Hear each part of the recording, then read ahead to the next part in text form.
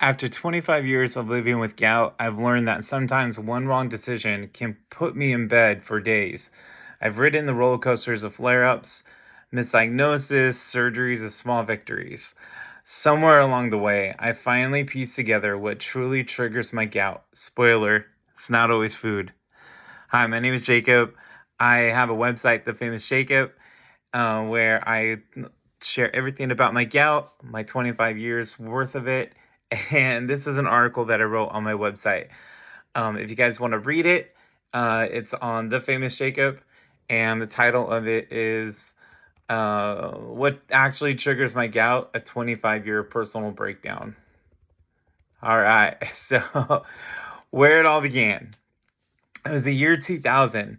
I was almost 14, recovering from what I thought was a simple basketball sprain, when my doctors finally realized it was actually gout. 3 weeks of guessing and shrugging led to a diagnosis no kid or parent expects.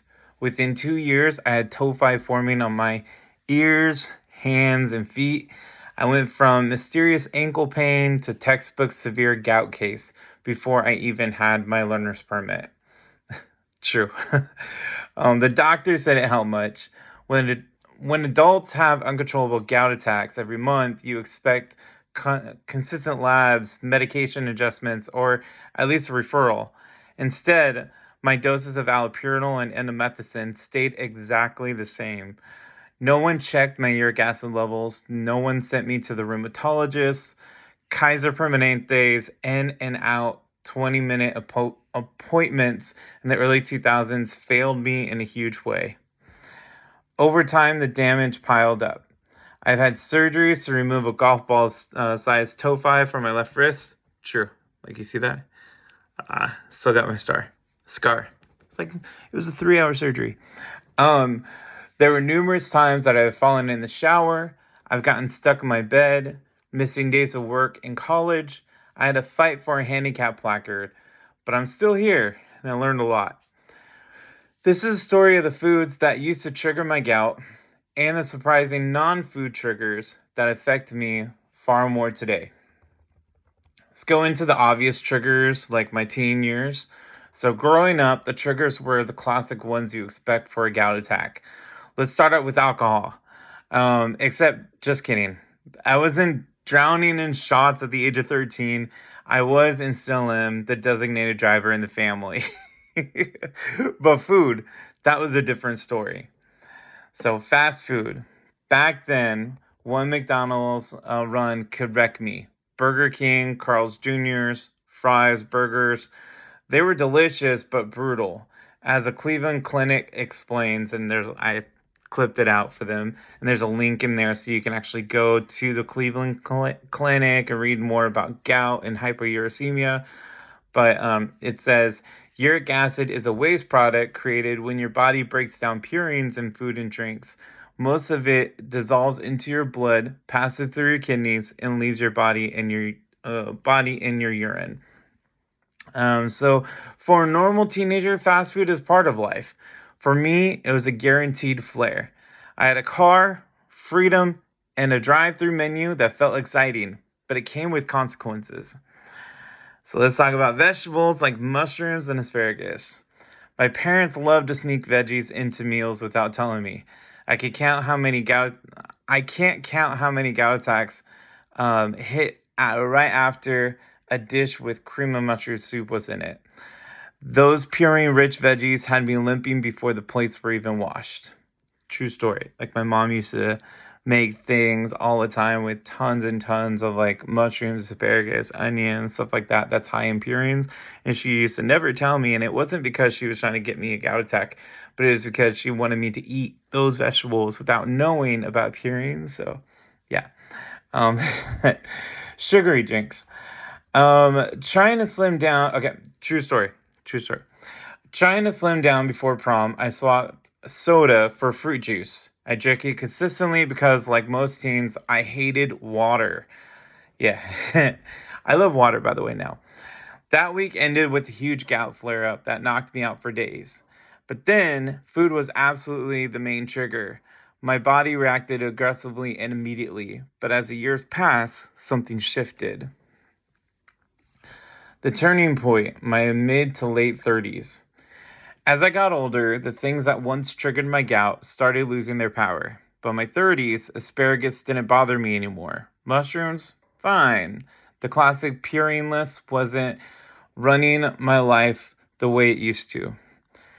In my 20s and early 30s, I moved to California. I moved from California to Idaho. Those moves have taught me a lot about my gout flare ups and triggers.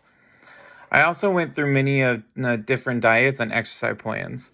The biggest disappointment was trying to be vegan for a month. That was in my late 20s in, I think, Idaho or Liberty Lake, Washington. Who knew you can get horrible gout attacks just by eating kale? Literally, I had a gout attack in my left hand that would not go away for a whole entire month, the whole entire time that I was vegan. It was so annoying because you would think that, like eating at a vegan, diet, would like change everything. I would become skinnier, my gout attacks would go away, yada yada. Nope. um, trying to push myself with walking a theme. Trying to push myself with walking a theme park in one full day instead of breaking it up in a few also wrecked me. Thinking that I can join a gym and go hard was the universe teaching me about humility. Instead, out of nowhere, I found myself flaring from things I've never even considered. My gout became unpredictable. It became less about what I ate and more about what was happening around me. This is where the real surprises began. My real triggers today, the ones I never expected. 1. Weather changes, especially after moving states. This is by far my biggest trigger now. Growing up in California's dry, hot climate, my attacks were severe but predictable. Later, when I moved to Idaho, a place with actual seasons, the cold hit me hard. I had some of my worst flare-ups there because the winter weather and fluctuating temperatures caused my joints to stiffen and swell instantly. But the real shock came when I moved to South Carolina. That was like 3 years ago. South Carolina is hot, humid, and wildly unpredictable. One day it's 80 degrees, and then the next morning it's like 50 degrees and raining. And while I thought leaving Idaho's winters would make my gout easier, it didn't. The South brought more frequent minor attacks. While they were not always severe, they were constant enough to be frustrating. The humidity, pressure changes, storms, and sudden temperature swings kept my gout on edge. Still does. Today is really bad. My hands are like hurting really bad. On top of the change from Idaho to South Carolina with the lack of seeing a doctor. In Idaho, I qualified for Medicaid and I was seeing a rheumatologist. In South Carolina, I do not qualify for Medicaid. To be fair, not a lot of men actually do. And I had to see a nurse practitioner with his own clinic. Don't get me wrong, he is great, but he's not a rheumatologist. California and Idaho gave me major gout attacks. South Carolina gives me minor but frequent gout attacks. None of it feels like an upgrade. I could say that California, specifically in San Diego, my gout was less severe, but granted, I also did a national trial for Crysteka the year before, so take that with a grain of salt. 2, not taking my medications consistently. If I miss my allopurinol for even a couple days, I feel it. This is a huge difference from when I was younger, when my meds barely changed and weren't monitored. Now, missing doses is one of the fastest ways to wake me up with a flare. Part of the major reason I miss medications is not because I don't want to take them, but the major reason I miss my allopurinol or in the methicillin is because of the lack of health insurance and not wanting to go to the urgent care for refills. Every single time you go to the urgent care, it's like $200. It's like extremely. It's ridiculous. Anyways, 3, fast food, but for new reasons. Fast food still triggers me, but not the same way it did when I was a teen. Now it's less purines and more about sodium overload, dehydration, inflammation, lack of proper nutrients, and super heavy sodas that pair with fast food. And then I have like a picture of me eating like fries from a restaurant. It's the combination that gets me, the whole fast food lifestyle more than any single item. Sometimes life just gets too crazy and you have to just buy food on the fly. There are times where you argue with coworkers or family and you need that relief, but there are consequences. 4. Soda and sugary drinks. Not much to be said. Not as instant as when I was a teenager, but it's still a strong trigger. Overconsumption sets me up for swelling and pain within 24 to 48 hours.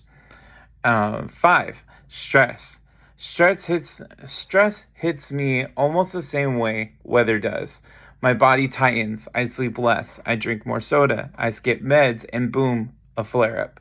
I found ways to reduce my stress, and that is going out to like the movies or going to theme parks or like like focusing on, like the MCU, Marvel Cinematic Universe, or, stuff like that.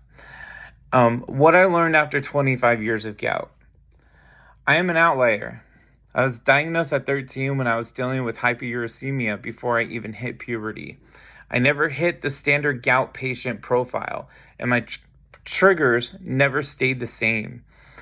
If I had to rank my triggers now, it would look like this. 1. Weather changes, especially in the South. 2. Fast food and soda. 3. Missing medications. 4. Stress.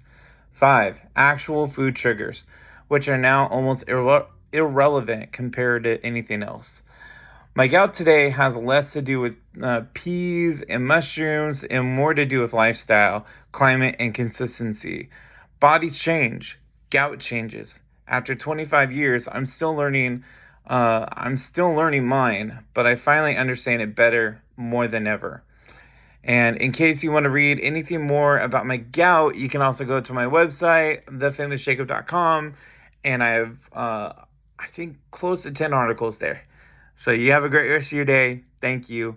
And be sure to subscribe, comment, and thumbs up. Bye.